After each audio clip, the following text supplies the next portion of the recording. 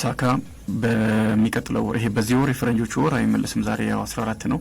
አንድ 15 16 ቀናት ይቀራሉ ይሄ ወር ሊጠናቀቅ።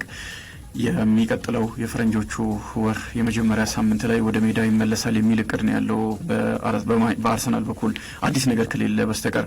አንዳንድ ጊዜ በልምምድ ላይም የሚደርሱ ጉዳቶች ይኖራሉ። አንድ ተጫዋች ከተጎዳ በኋላ በማገገም ሂደት ላይ ያለ በድጋሚ ሊጎዳ ይችላል እና በዛ ምክንያት ካልተራዘመ በስተቀር ሳካ የሚመለስበት እድል አለ። አንዳንዶች አሁን የአርሰናል የእንግሊዝ ፕሪሚየር ሊግ ጉዳይ ያበቃ ይመስላልና ብዙ ባይጣደፍ ጥሩ ነው የሚል ሀሳብ ያቀርባሉ። ተመልሶ ደግሞ መጥቶ ከሚጎዳ የቀጣይ የእግር ኳስ ህይወቱንም አደጋ ላይ ከሚጥል በደንብ አገግሞ ቢመለስ ለሚቀጥለው ዓመት ለአርሰናል ይጠቅማል የሚል ሀሳብ የሚሰጡ አሉ። ግን አብዛኞቹ የአውሮፓ ቻምፒየንስ ሊግ ላይ ስላለ አርሰናል በተለይ ከሪያል ማድሪድ ጋር ነው በጣም ጠንካራ ጨዋታ የሚደረገው። 2006 ላይ እነዚህ ሁለት ቡድኖች ተገናኝተው አርሰናል ነበረ በደርሶ መልስ ውጤት ያሸነፈው። በተለይም ደግሞ የመጀመሪያው ቤርናቢው ላይ የተደረገው ጨዋታ በታሪክ ከሚታወሱ ጨዋታዎች መካከል አንደኛው ነው። ቴሪ ዳንኤል ኦንሪ በጣም ግሩም በነበረበትና ያንን አስደናቂ ጎል ባስቆጠረበት ጨዋታ ላይ ያ ታሪክ ተመልሶ መጥቷል። ሪያል ማድሪድ አትሌቲኮ ማድሪድን በመለያ ምት አሸንፎ ነው ያለፈው። አርሰናል ደግሞ ፒኤስቪ አይንድሆቨንን 9-3 በሆነ ውጤት ነው ያሸነፈው። በሰፊ የጎል ልዩነት ነው ያሸነፈው። ግን ደግሞ ተጋጣሚዎቻቸው የተለያየ አቋም ያላቸው ናቸው። አርሰናል የገጠመው ከአትሌቲኮ ማድሪድ አንጻር ከተመለከትን ዝቅ ያለ ቡድን ነው።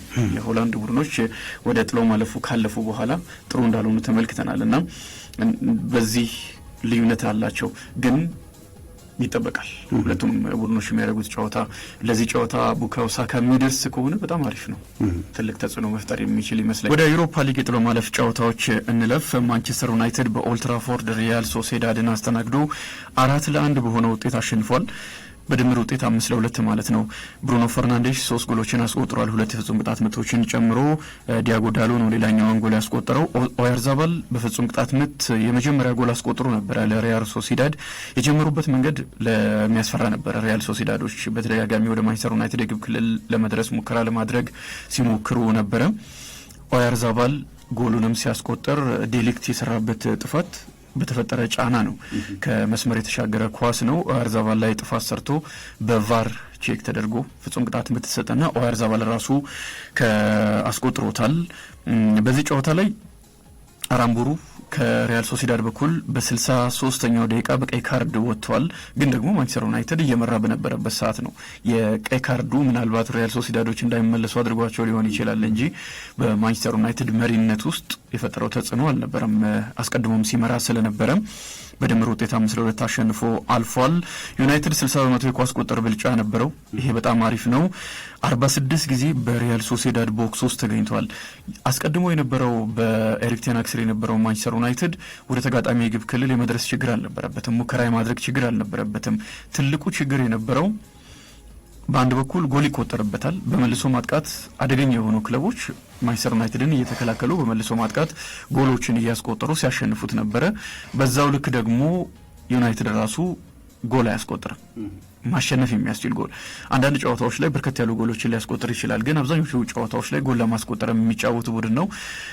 ብዙ ትልልቅ እድሎችን ካባከኑ ክለቦችን መካከል እንደሚጠቀስ ይታወቃል።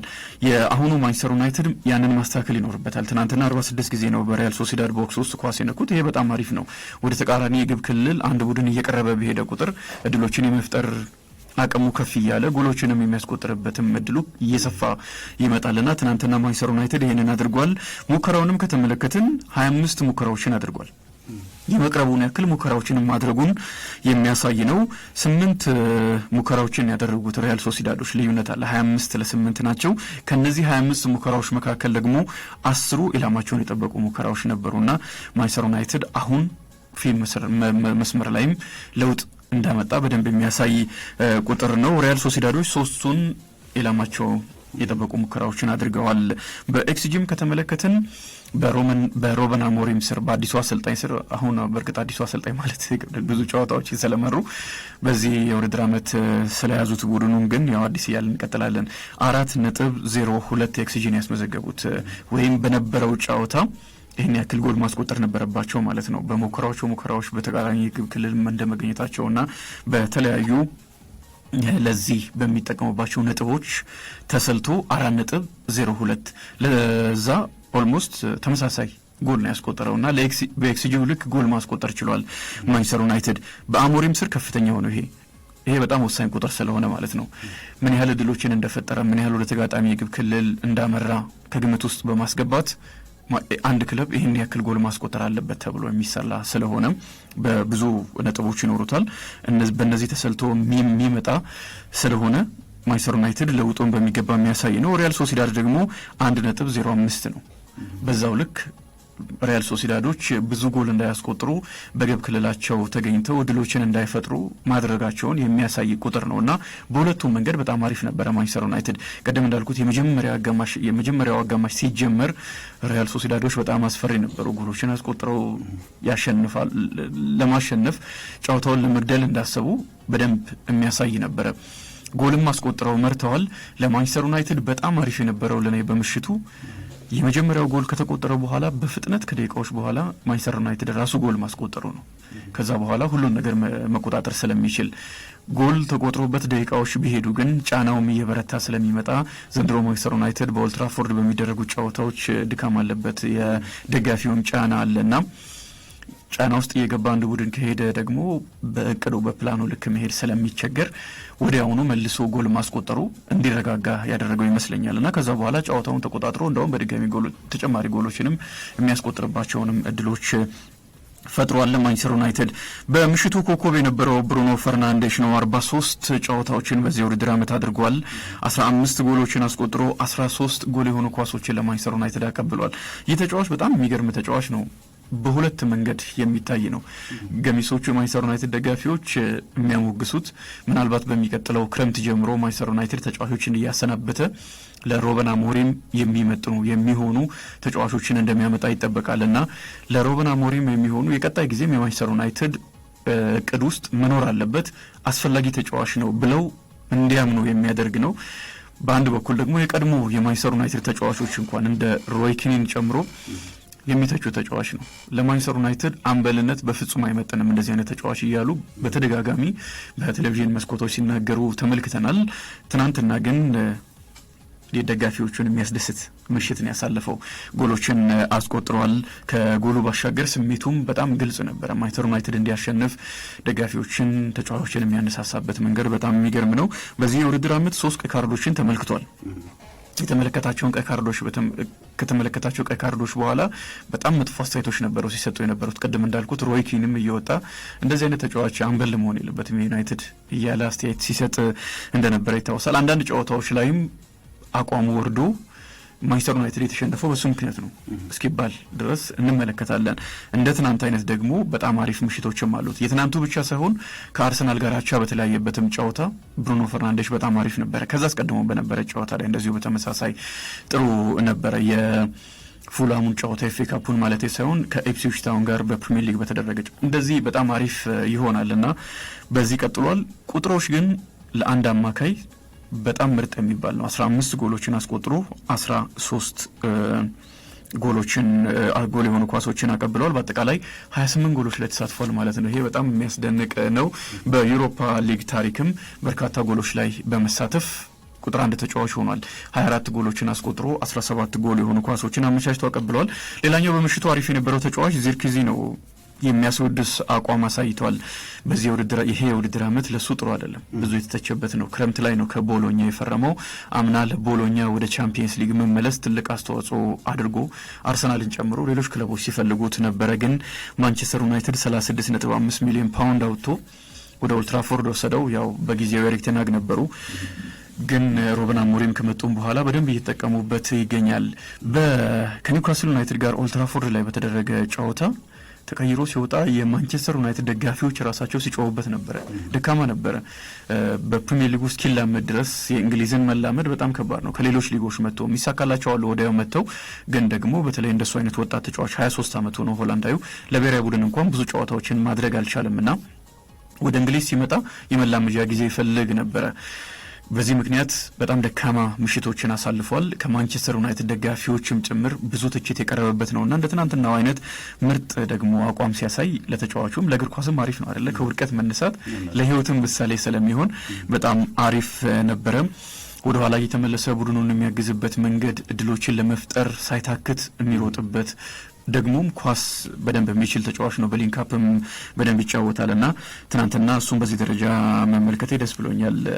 ያው እንደ ሰው ሲመለስ በጣም ደስ ስለሚል አንድ ሰው ከተችት ልክ ሃሪ መጓየር ላይ እንደምናነሳው ማንቸስተር ዩናይትድ ተጨማሪ ውል ይሰጠዋል እየተባለ ነው። እንደዛ መቀለጃ የነበረ ተጫዋች ማለት ነው።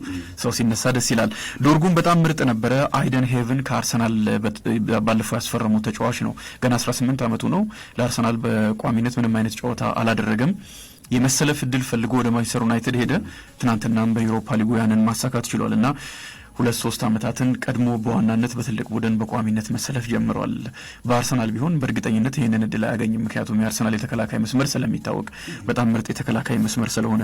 ቀጣይ ማንቸስተር ዩናይትድ ከሊዮን ጋር ይጫወታል። ሊዮን በሊጉ 42 ነጥቦችን ይዞ 6ኛ ደረጃ ላይ ነው የሚገኘው። 4ኛ ደረጃ ላይ ከሚገኘው ከሞናኮ ጋር ያለው የነጥብ ልዩነት ደግሞ 2 ብቻ ነውና ምናልባት ከባድ ጨዋታ ሊሆን ይችላል ለማንቸስተር ዩናይትድ። ሌላኛው ጨዋታ በአትሌቲክ ቢልባኦ እና ሞናኮ ሮማ መካከል የተደረገ ጨዋታ ነው። ሮማ የመጀመሪያውን ጨዋታ 2-1 አሸንፎ ስለነበረ ይሄኛውንም ጨዋታ የማሸነፍ እድል ምናልባት ሊኖረው ይችላል የሚል ግምቶች ነበሩ። ምንም እንኳን አትሌቲክ ክለብ ወይም አትሌቲክ ቢልባኦ በሜዳው ጨዋታውን ቢያደርግም ግን 11ኛው ደቂቃ ላይ ሆመልስ በቀይ ካርድ ወጣ። ከዛ በኋላ በ45ኛው ደቂቃ ላይ ኒኮ ዊሊያምስ ጎል አስቆጥሯል። 2 ጎሎችን ነው በእርግጥ ያስቆጠረው። ቤሬንቺችም ሌላኛውን ጎል አስቆጥሮ አትሌቲክ ቢልባኦ 3-1 በሆነ ውጤት የትናንት ምሽቱን ጨዋታ አሸንፏል። ፓሬዴስ ነው የሮማን ጎል ያስቆጠረው፣ ግን ተጽዕኖ የሚፈጥር አልነበረም። በጨዋታም ብልጫ ወስዷል ትናንትና አትሌቲክ ቢልባኦ። በኳስ ቁጥር ብልጫ ነበረው። በኤክስጂውን በተመሳሳይ 70 የኳስ ቁጥር ብልጫ ነበረው። 1.52 ኤክስጂ ነበረው። 23 ሙከራዎችን አድርጓል። 8 ኢላማቸውን የጠበቁ ሙከራዎች ነበሩ ትናንት በአትሌቲክ ቢልባኦና ሮማ መካከል። አይንትራክት ፍራንክፈርትም አያክስ አምስተርዳምን 4-1 አሸንፏል። የመጀመሪያውንም ጨዋታ አሸንፎ ስለነበረ በድምር ውጤት ወደ ቀጣዩ ዙር አልፏል። ላዚዮም አልፏል። የመጀመሪያውን ጨዋታ አሸንፎ ትናንትና ባቻ ውጤት ነው ያጠናቀቀው። ኦሎምፒያኮስ ቦዶ ግሊምትን 2-1 ቢያሸንፍም የመጀመሪያው ጨዋታ በቦዶ ግሊምት 3-0 አሸናፊነት የተጠናቀቀ ስለሆነ በድምር ውጤት ቦዶ ግሊምት አልፏል። ሊዮን ትናንትናም ቀለል አድርጎ ኤፍሲ ኤስቢን 4-0 በሆነ ውጤት አሸንፏል።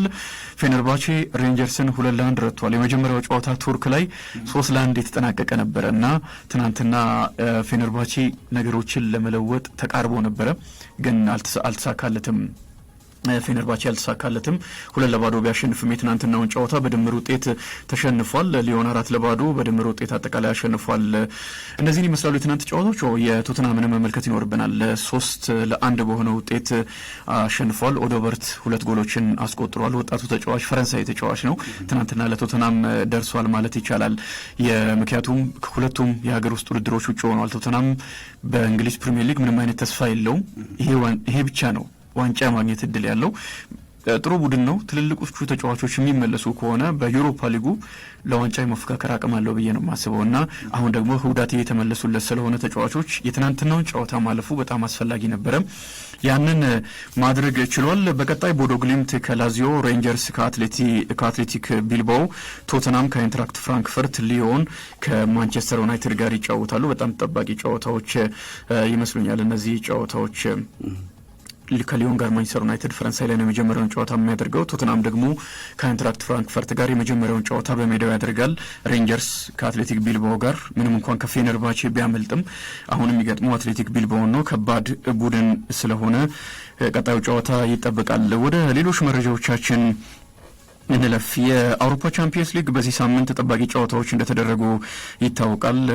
ሪያል ማድሪድ ያሸነፈበት ጨዋታ ከሳምንቱ ትልልቅ ጨዋታዎች መካከል የሚጠቀስ ነው። አብዛኞቹ ምናልባት ጨዋታዎች አስቀድሞ የተጠናቀቁ የሚመስሉ ናቸው። አርሰናል 7-1 ስላሸነፈ ብዙ የሚጠበቅ ጨዋታ አልነበረም። ባየር ሙኒክም 3-0 አሸንፎ ነው የመጣው። የሊቨርፑልና የፓሪስ ሰን ጀርማ ጨዋታ ትልቅ ግምት ያገኘ እንደነበረ ይታወሳል። ዶናሩማ በግብ ጠባቂነት በሳምንቱ ተመርጧል። የሳምንቱ ምርጥ ተጫዋችም ተብሎ እንደዚሁ መመረጥ ችሏል። በሊቨርፑል ጨዋታ በጨዋታውም ድንቅ ነበረ። ቢያንስ ሁለት ወሳኝ ኳሶችን መልሷል። በመለያ ምቱም 2 ኳሶችን ከከርቲስ ጆንስና ከዳርዊን ኑኔዝ መልሶ አሸናፊ ያደረገው እሱ ነው። የጨዋታውም ኮከብ ነበረ። በሳምንቱ ምርጥ 11 ውስጥም ተካቷል። የሳምንቱ ምርጥ ተብሏል። በጣም አስገራሚ ሳምንት ነው አይደለ? ለዚህ ተጫዋች ሌላኛው ደንፍሬስ ነው ከኢንተር ሚላን በተከላካይነት ኤምሬ ቻን፣ አሴንሲዮ የሪያል ማድሪድ ወጣቱ ተጫዋችና ኑኖ ሜንዴሽ ሊቨርፑልን ፓሪስ ሰን ጀርማ አሸንፎ ሲያልፍ መሐመድ ሳላህን በመቆጣጠር ትልቅ አስተዋጽኦ የነበረው ተጫዋች ነው። ኑኖ ሜንዴሽ ማጥቃትም መከላከልንም የተካነ ጥሩ ፖርቱጋላዊ ተጫዋች ነው። ፔድሪ በሁለቱም ሳምንት በመጀመሪያውም ሳምንት በመልሱም ጨዋታ ላይ የጨዋታ ኮከብ ተብሎ ተመርጧል። አሴንሲዮም 2 ጎሎችን አስቆጥሯል። ደፖል እነዚህ ሶስቱ ተከላካይ በአማካይ ስፍራ ላይ የተመረጡ ተጫዋቾች ናቸው። ቤር ከዶርትሙንድ፣ ሃሪኬን እና ስተርሊንግ ተካተዋል። ስተርሊንግ በጣም አሪፍ ይመስለኛል። ወደ አርሰናል ከሄደ በኋላ ፍጹም በጨዋታ የረሳ በዚህ መልክ እንዴት ተጫዋች ሊወርድ ይችላል የሚያስብል አቋም እያሳየ ነበረ። በዚህ ሳምንት የጨዋታውም ኮከብ ተብሎ ተመርጧል። 2 ጎል የሆኑ ኳሶችን አሲስት አድርጓል። የሳምንቱ ምርጥ ውስጥ በአጥቂነት መካተቱ ምናልባት ተስፋ አለኝ ብለዋል። በዚህም የውድድር ዓመት ትልቅ ክለብ ነው አርሰናል፣ እድል ማግኘት አለብኝ፣ ያንን እድል ይህንን ያደረግኩት ዛሬ የሚል አስተያየት ሰጥቷልና ቀጣይ ጨዋታዎች የሚመለስ ከሆነ